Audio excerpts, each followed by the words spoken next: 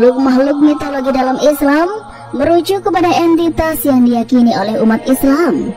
Meskipun penjelasannya tidak selalu tersurat dalam Al-Quran, mereka memiliki karakteristik wujud dan peran yang bervariasi, bergantung pada interpretasi dan tradisi keagamaan yang berbeda di berbagai wilayah. Contoh makhluk-makhluk mitologi dalam Islam meliputi jin, malaikat, dan peri. Jin yang konon diciptakan dari api oleh Allah memiliki kebebasan memilih antara kebaikan dan kejahatan. Mereka sering dikaitkan dengan kisah-kisah gaib atau peristiwa-peristiwa supranatural dalam Islam. Malaikat, sebaliknya, merupakan makhluk gaib yang terbuat dari cahaya dan bertugas menyampaikan wahyu Allah kepada manusia, serta menjaga alam semesta sesuai dengan kehendaknya. Sementara itu, peri adalah makhluk gaib yang dipercaya hidup di dimensi lain dan terlibat dalam interaksi dengan manusia dalam beberapa tradisi Islam. Cerita dan asal-usul makhluk-makhluk mitologi dalam Islam dapat bervariasi tergantung pada sumber kepercayaan dan tradisi Islam yang berbeda-beda. Beberapa cerita dapat ditemukan dalam Al-Quran, hadis, dan literatur Islam klasik, sementara yang lain berkembang melalui narasi lisan dan budaya populer. Namun demikian, keberadaan makhluk-makhluk ini dalam Islam menunjukkan bahwa mereka memiliki hubungan penting dengan kepercayaan umat Islam, baik sebagai bagian dari keyakinan agama mereka maupun sebagai elemen dari warisan budaya dan tradisi keislaman. Burak. Burak, salah satu makhluk mulia yang diciptakan oleh Allah Subhanahu wa Ta'ala, adalah perwujudan kecepatan dan kekuatan yang luar biasa, terbuat dari cahaya yang bersinar.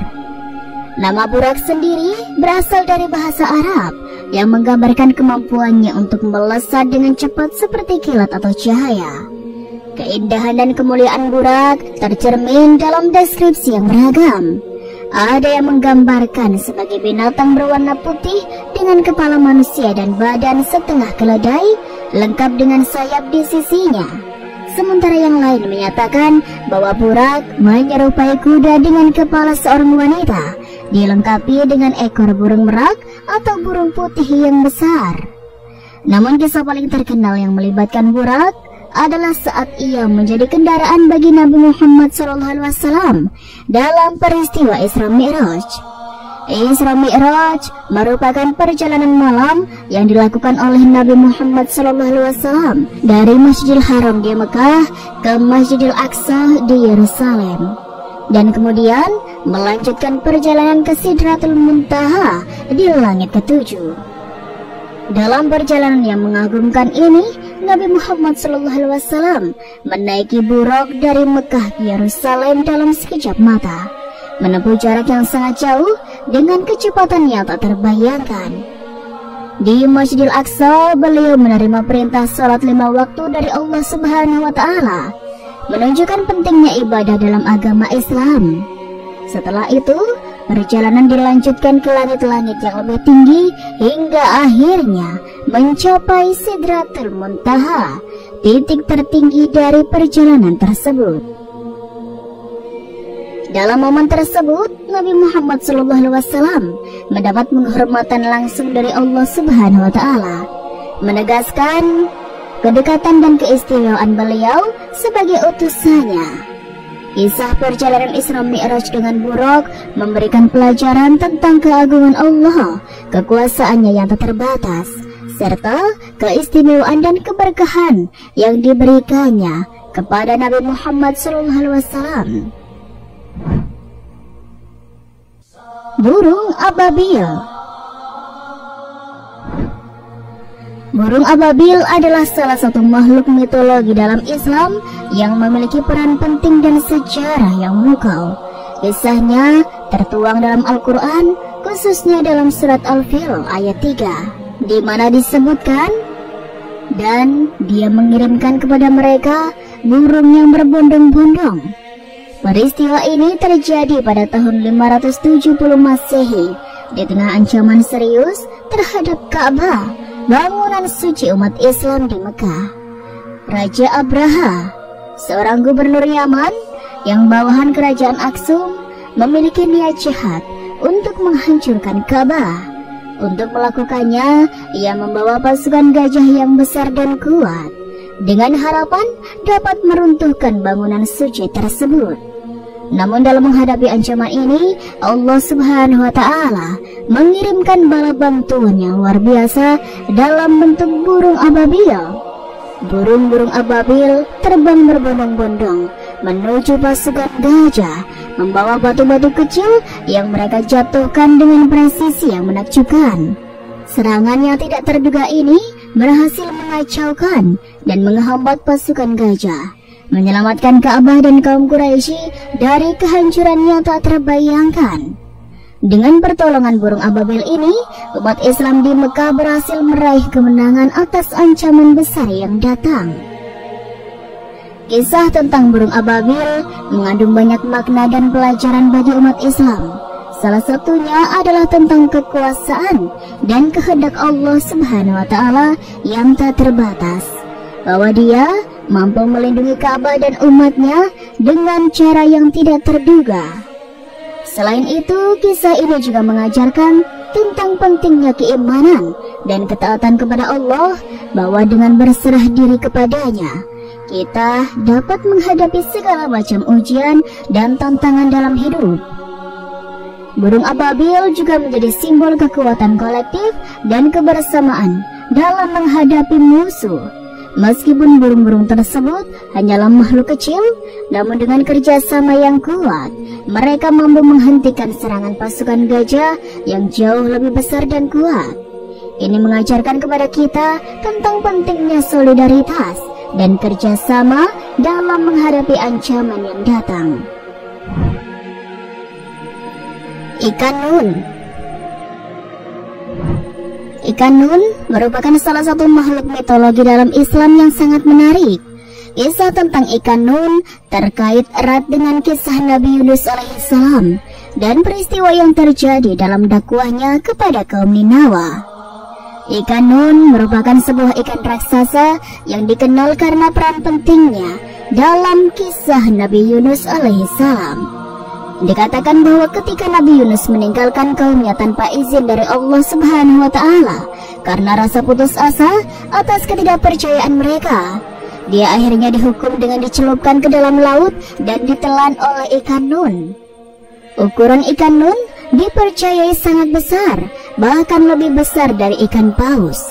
Meskipun bentuk sebenarnya hanya diketahui oleh Allah, namun keberadaan ikan Nun dalam cerita Nabi Yunus alaihissalam menjadi bukti akan keajaiban ciptaan Allah Subhanahu wa Ta'ala. Kisah Nabi Yunus dan ikan Nun terdapat dalam Al-Quran, khususnya dalam surah Al-Anbiya ayat 87 sampai 88 dan surah As-Saffat ayat 139 sampai 148. Nabi Yunus alaihissalam diutus untuk berdakwah kepada kaum Ninawa yang tengah dalam kesesatan menyembah berhala. Namun setelah berdakwah selama 33 tahun, belum ada yang mau beriman kepada Allah.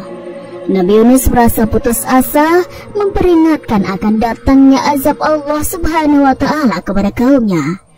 Akibatnya, ia meninggalkan mereka tanpa izin Allah. Inilah yang menyebabkan Nabi Yunus alaihissalam dihukum dengan ditelan oleh ikan Nun sebagai teguran dan pengajaran atas perbuatannya.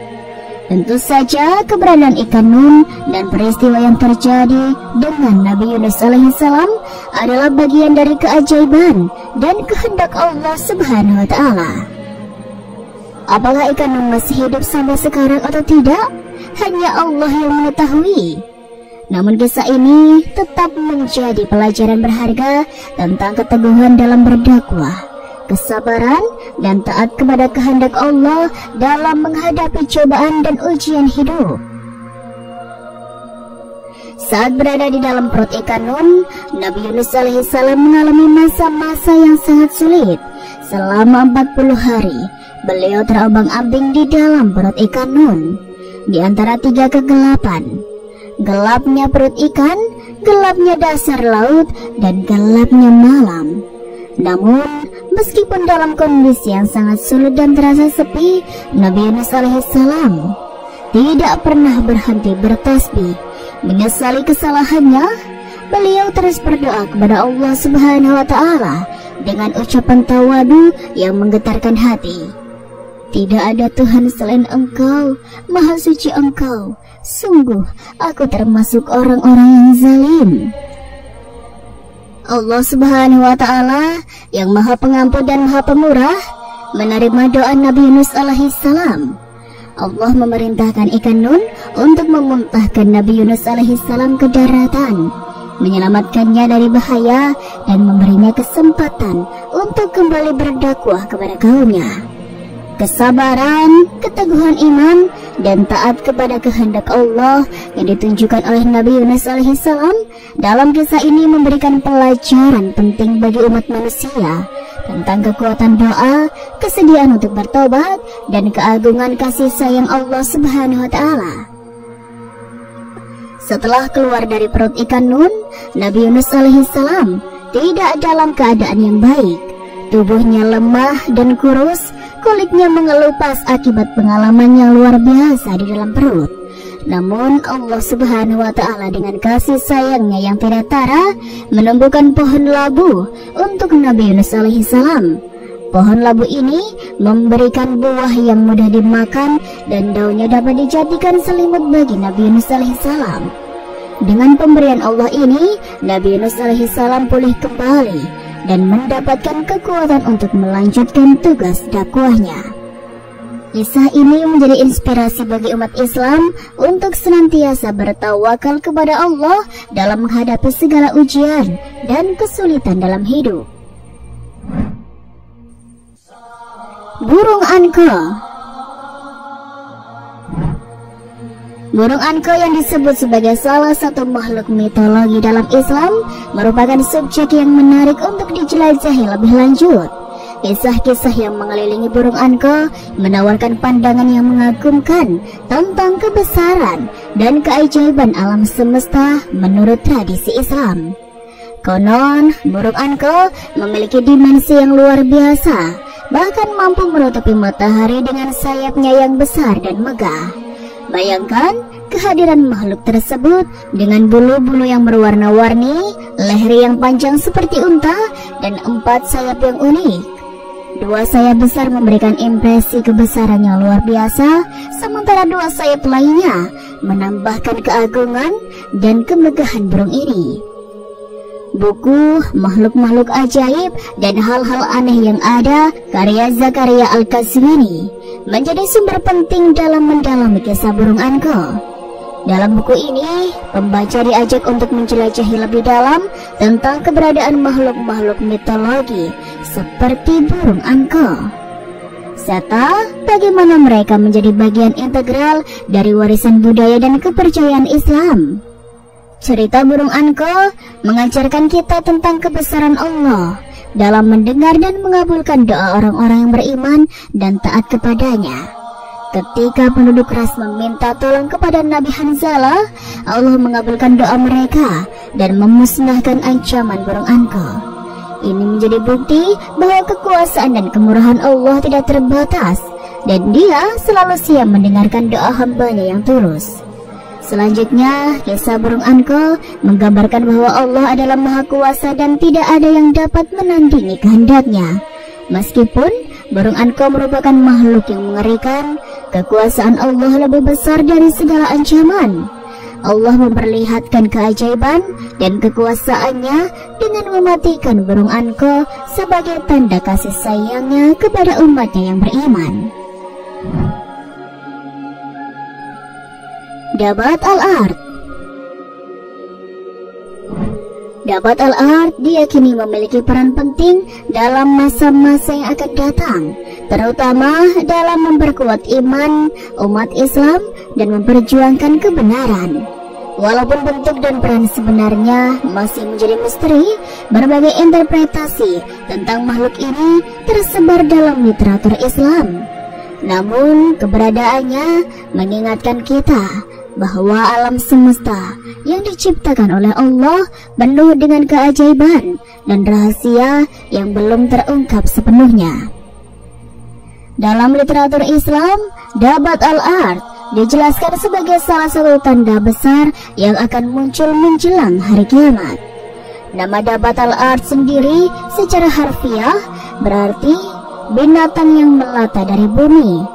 Terdapat gambaran bahwa Dabat al-Ard akan muncul sebagai makhluk buas atau monster dari dalam perut bumi, menjadi salah satu isyarat penting sebelum terjadinya hari penghakiman. Sebagai umat Islam, kita diajak untuk tetap terbuka dalam mempelajari dan mengeksplorasi lebih dalam tentang makhluk ini, serta meneliti pesan dan ajaran yang terkandung di baliknya. Allah Subhanahu wa Ta'ala dalam surah An-Naml ayat 82 menyebutkan Dabat al-Ard menggambarkan kedatangan makhluk itu sebagai suatu tanda penting dalam perjalanan hidup manusia.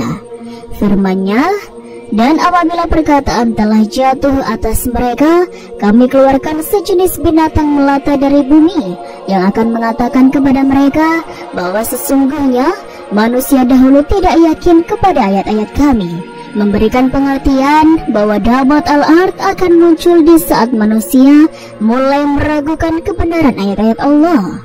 Makhluk ini diutus untuk menyampaikan pesan tegas kepada umat manusia dengan bicara yang fasih dan jelas tanpa celah, sehingga tidak ada lagi yang bisa menyangkal kebenarannya. Lebih dari sekedar makhluk yang datang sebagai suatu fenomena luar biasa, Dabat al-Ard juga memiliki peran khusus dalam membedakan antara orang-orang mukmin dan kafir.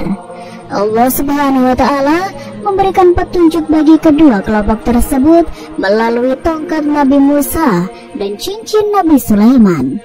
Tongkat Nabi Musa akan menyinari wajah-wajah orang mukmin, memancarkan cahaya yang menunjukkan keteguhan iman mereka. Sementara cincin Nabi Sulaiman akan menonjolkan kekufuran di antara orang-orang kafir, membuat hidung mereka tampak terlihat. Dengan cara ini, tidak ada lagi yang mampu menyembunyikan esensi sejati dari keimanan atau kekufuran mereka. Meskipun rincian tentang bentuk fisiknya masih menjadi misteri, para ulama seperti Ibnu Jurayz telah menggambarkan Dabat al-Ard sebagai gabungan antara beberapa binatang seperti kerbau, babi, gajah, rusa, harimau, dan unta. Imajinasi tentang makhluk ini menunjukkan bahwa kehadirannya dipenuhi dengan elemen ketakutan dan kekuatan yang luar biasa, mengingatkan manusia akan kekuasaan dan kebesaran Allah Subhanahu wa Ta'ala yang tak terbatas. Menurut penuturan Ibnu Abbas radhiyallahu anhu, Dabat al-Ard memiliki ciri-ciri yang mencengangkan. Punuknya yang panjang bisa terlihat dari jarak yang sangat jauh, bahkan oleh orang yang berada di bagian timur dan barat bumi. Wajahnya menyerupai manusia, tetapi paruhnya menyerupai paruh burung, dilengkapi banyak bulu di tubuh dan kepalanya.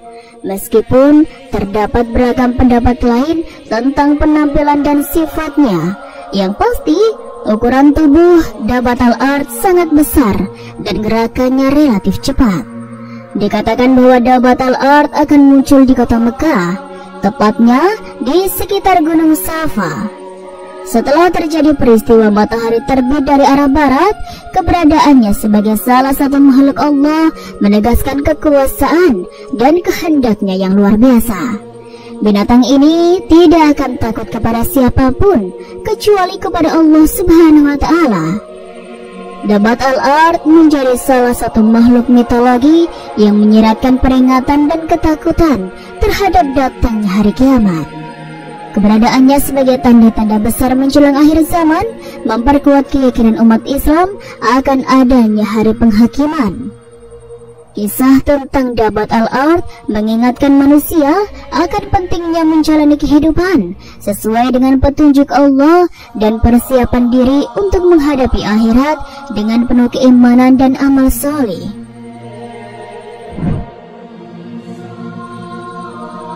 Al-Jassasah. Al-Jassasah yang secara harfiah berarti mata-mata dalam bahasa Arab adalah makhluk yang dipercaya menjadi peran penting dalam misi kejahatan Dajjal, sosok yang akan muncul di akhir zaman menurut kepercayaan Islam. Makhluk ini dengan namanya yang mewakili fungsi utamanya dianggap sebagai pengintai yang setia bagi Dajjal, selalu mengumpulkan informasi untuk diteruskan kepada sang penyesat. Kisah tentang Al-Jassasah terdokumentasi dalam salah satu hadis yang melibatkan pertemuan antara seorang sahabat Nabi Muhammad SAW, Tamim Ad-Dari, dan Dajjal. Dalam riwayat yang diriwayatkan oleh Imam Muslim, Tamim Ad-Dari bersama 30 orang lainnya terdampar di sebuah pulau terpencil. Di sana, mereka dihadapkan pada makhluk yang berburu lebat dan memiliki kemampuan berbicara. Makhluk itu mengidentifikasi dirinya sebagai Al-Jassasah dan mengajak mereka untuk bertemu dengan seorang laki-laki yang terbelenggu di sebuah biara. Laki-laki itu ternyata adalah Dajjal yang mengklaim dirinya sebagai Tuhan dan mulai bertanya tentang Nabi Muhammad SAW dan komunitasnya.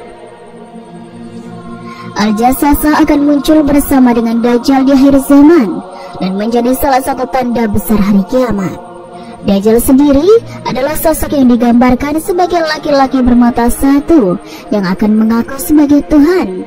Dia memiliki kekuatan luar biasa untuk menyesatkan umat manusia. Dengan kemampuan membuat berbagai mukjizat seperti hujan, tanaman, binatang, bahkan membangkitkan orang mati.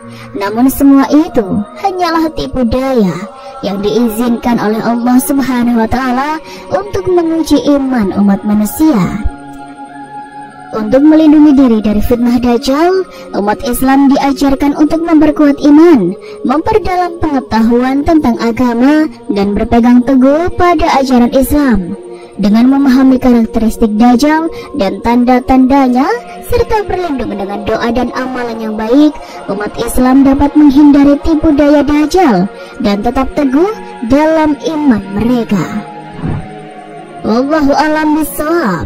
Dan inilah sobat sedikit kisah kali ini, kurang lebihnya Rizky mohon maaf, dan sampai jumpa lagi di kisah-kisah selanjutnya ya sobat. Sekian dari Rizky, wassalamualaikum warahmatullahi wabarakatuh.